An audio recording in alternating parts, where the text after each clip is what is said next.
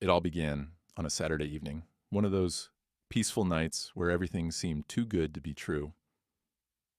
The kids were at my parents' house for the weekend, and my wife, Emily, had plans to attend a friend's birthday party. I didn't think much of it. Emily was always the social butterfly, and I trusted her. After all, trust is the foundation of any marriage, isn't it? Or at least, that's what I used to believe. She left the house at 7 p.m., wearing a red dress that hugged her perfectly, a little more glamorous than her usual style, but I chalked it up to wanting to look good for the party. I kissed her goodbye and told her to have fun. If only I knew then that I was kissing a facade, a mask hiding secrets that would soon tear my world apart. The first sign that something was wrong came later that night. It was almost midnight, and Emily hadn't called or texted, which was unlike her. I sent a quick, "How's the party?" message. But the only response I got was a vague, "Good, it's loud here." Normally she'd send pictures or share funny anecdotes about what was happening. This time, nothing. I shrugged it off at first, thinking maybe she was just busy. But a seed of doubt planted itself in my mind. I didn't know why, but something felt off. When she came home around 2 a.m., her makeup was smudged, and her hair looked like she'd been caught in a windstorm. She tried to slip into bed quietly, thinking I was asleep, but I wasn't.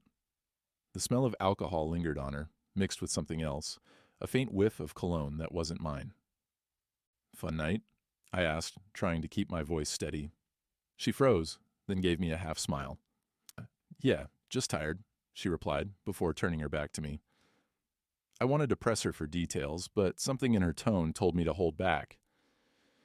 It was like she was daring me to ask, daring me to find out. Over the next few weeks, Emily seemed distant. She'd laugh at my jokes, but the spark in her eyes was gone. Our conversations felt forced, like she was going through the motions. And then there was her phone, always face down, always locked. She'd never been secretive about her phone before. I started noticing patterns. She'd get random texts and smile at her screen, but wouldn't share what was so funny. She had sudden errands to run that took twice as long as they should. And then there was Daniel, my lifelong friend, practically a brother. We'd grown up together, played football in high school, and stood by each other through thick and thin. He'd been around a lot lately, more than usual, and his presence started to feel intrusive. One afternoon, I caught Daniel and Emily sharing a laugh in the kitchen. It wasn't the kind of laugh you have with a friend. It was softer, more intimate. My stomach churned, but I told myself I was imagining things. Paranoia, I thought. But deep down, I knew better. The breaking point came on a night I'll never forget. Emily had gone to bed early, claiming she had a headache. I stayed up, unable to shake the unease that had been gnawing at me for weeks. Her phone buzzed on the coffee table, a single message preview lighting up the screen. "Tonight was incredible. Can't stop thinking about you." My heart stopped. Every instinct screamed at me to open the phone, but it was locked.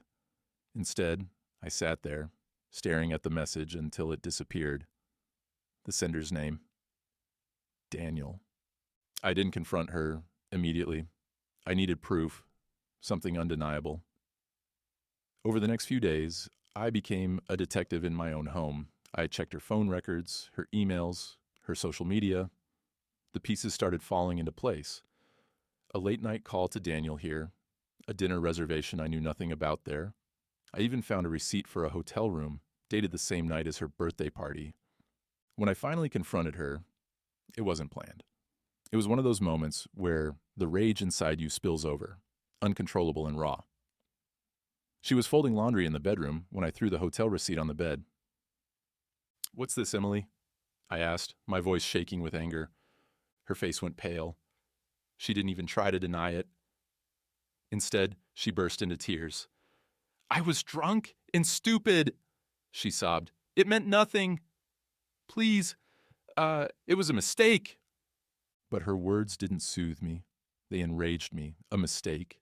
A mistake doesn't span weeks, involve secret texts in hotel rooms. A mistake doesn't make you lie to your husband's face while you betray him with his best friend. I demanded the truth, and when she finally gave it to me, it was worse than I could have imagined. It hadn't started that night at the hotel. It had been going on for months. Every detail she revealed was like a knife to my chest. How they'd sneak around, how she'd confide in him about our marriage.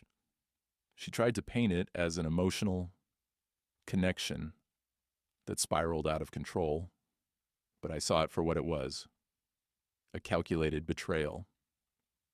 I didn't know what hurt more, her infidelity or the fact that Daniel, someone I considered family, had been complicit in it. The betrayal felt like a black hole, swallowing every happy memory I'd ever had with either of them. I kicked her out that night. I couldn't bear to look at her. As for Daniel, I confronted him the next day. I didn't even give him the chance to explain. One punch was all it took to knock him to the ground. "You were supposed to be my brother," I said, my voice cracking. "You destroyed everything." But the story doesn't end there. You see, Emily's betrayal was just the tip of the iceberg.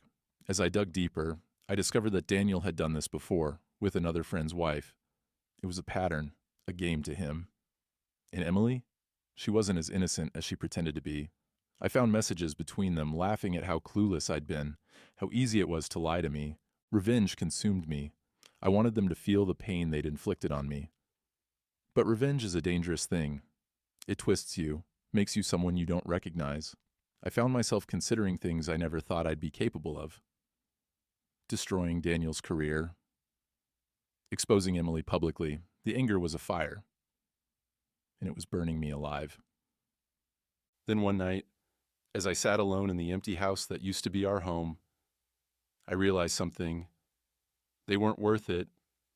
They'd already taken so much from me, my trust, my happiness, my sense of security. I couldn't let them take my humanity too. So I let go. Not for them, but for me. I filed for divorce, cut all ties with Daniel, and started rebuilding my life piece by piece. It wasn't easy.